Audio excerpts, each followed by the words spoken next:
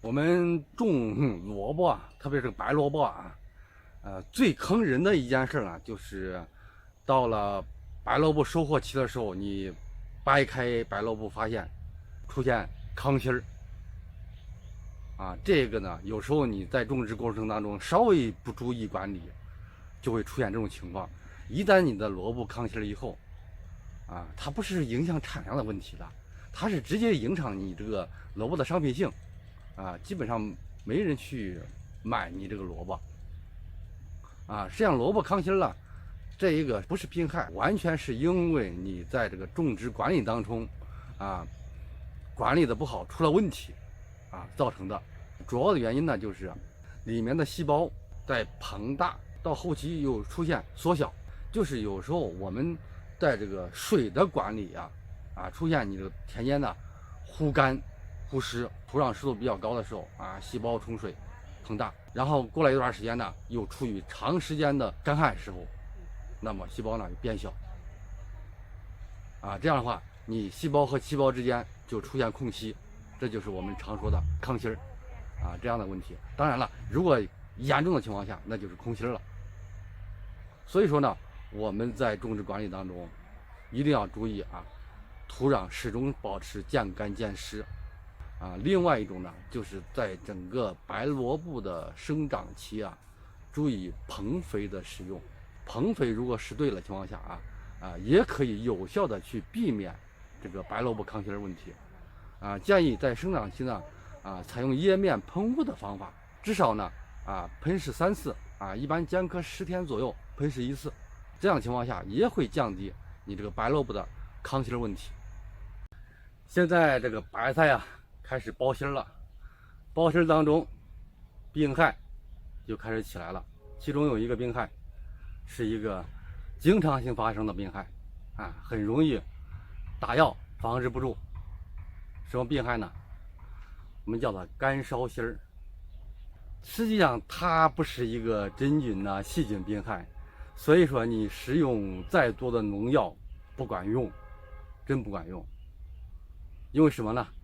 因为它是一个缺钙造成的一个烂芯儿的一个病害具体的症状呢，一般就是说是芯叶开始烂，但是呢烂的地方它一个是没有什么味道再一个呢它也不是说我们常见的那种黏的那种感觉这个呢就是平时时候我们在种植的时候不注意补钙，或者是不注意浇水造成的一个生理性病害。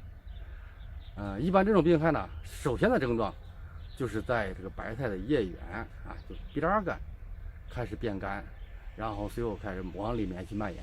造成原因呢是缺钙，表面上是缺钙，但实际上呢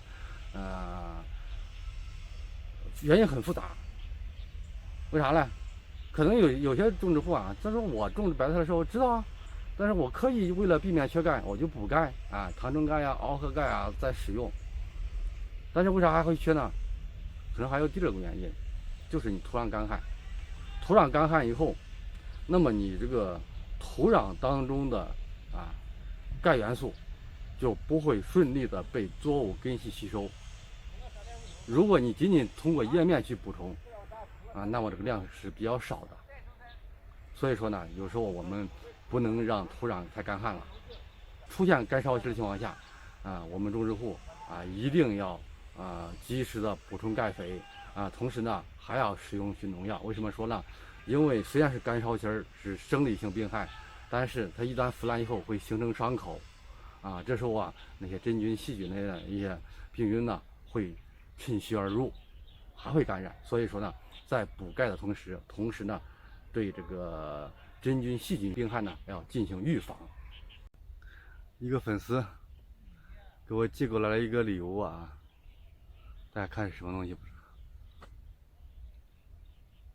是一个电子类的温度湿度计。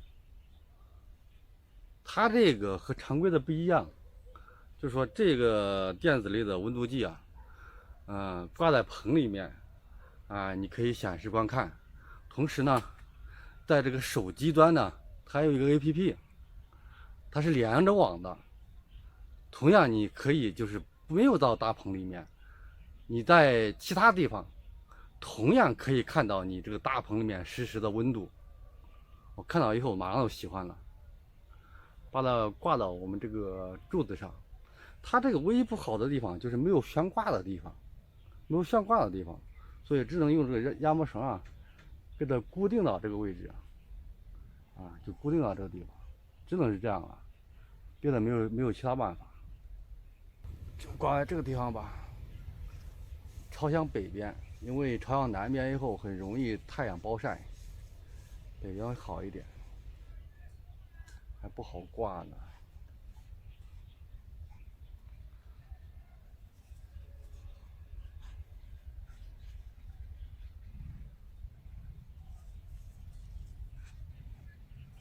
真不好挂。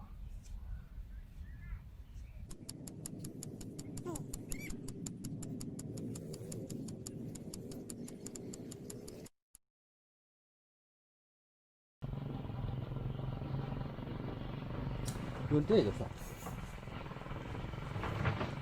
把它放到袋子里算了，因为这个袋子透气的，透气以后，基本上它那个温度变化就不会受影响。算了，还是麻烦，还是挂到这吧。主要是做个盒子也行，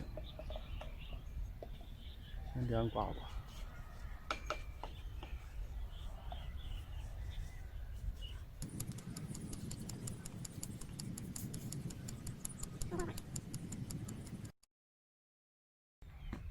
固定好了，比较简陋。现在外面的温度27度多，大棚里面温度是30度。现在是中午11点，可能也就是今天温度在33度，大棚里面的温度啊。一般情况下，室内棚内比棚外会高出5度到7度。来到西安，一个朋友他在一个无土栽培的一个基地，看一下他们做这个无土栽培，来学习一下。他这是当时他弄这个时候没弄好，他还是拿土把这包起来了。当时这个要往下稍微挖一点，把这个往土里边埋个1/3，对啊，往埋个1/3，这个管子正好就可以放上去。你这个等于说是这里面全是蚯蚓粪，对，蚯蚓粪。然后蚯蚓粪里面还加啥东西不加了？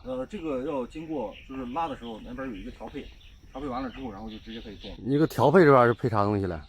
这个我这会儿没办法跟你说。啊，像你这个一般那个浇水多长时间浇一次？它这个看这个情况。好比说这个季节，就这样的一个季节。这样的季节啊，它是基本上是供水1个星期左右。它这个保水时间这么长吗？对，这个袋子里面是会有多少升那个这种那个蚯蚓粪14公斤。14公斤。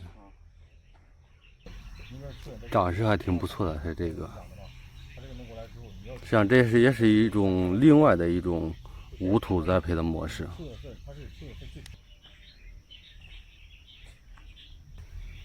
保护这个就是解决了咱们这个连坐的问题。对，它这个不会影响。2一个就是土地板结的问题啊，3一个就是说我们不用那么去费人工去起垄啊、除草啊，这到时候上面铺上一层薄薄那种膜，铺完了之后啊，这地里边不会长草。它这个品种是普罗旺斯，普罗旺斯不抗病毒，但是现在这个季节我看它长得还不错。这个是啥时间栽的苗8月30号左右，它基本上就是不到1个月，就20来天现在。啊，20来天。看一下它们的根系。3基本都在里边。这不是第一个就控水吗？它这下来这滴水，这是滴灌，它是滴的往下滴的，它这在水的方面它肯定节省不少。你像这个蚯蚓粪一般能用多长时间？能用几茬？这个啊，这基本上包括袋子跟粪5年。用5年。对，5年。然后无非最多就是这个蚯蚓粪少了之后，我们这里边这个粪少了之后，只不过是给里边补个1/4就可以了。填补一下。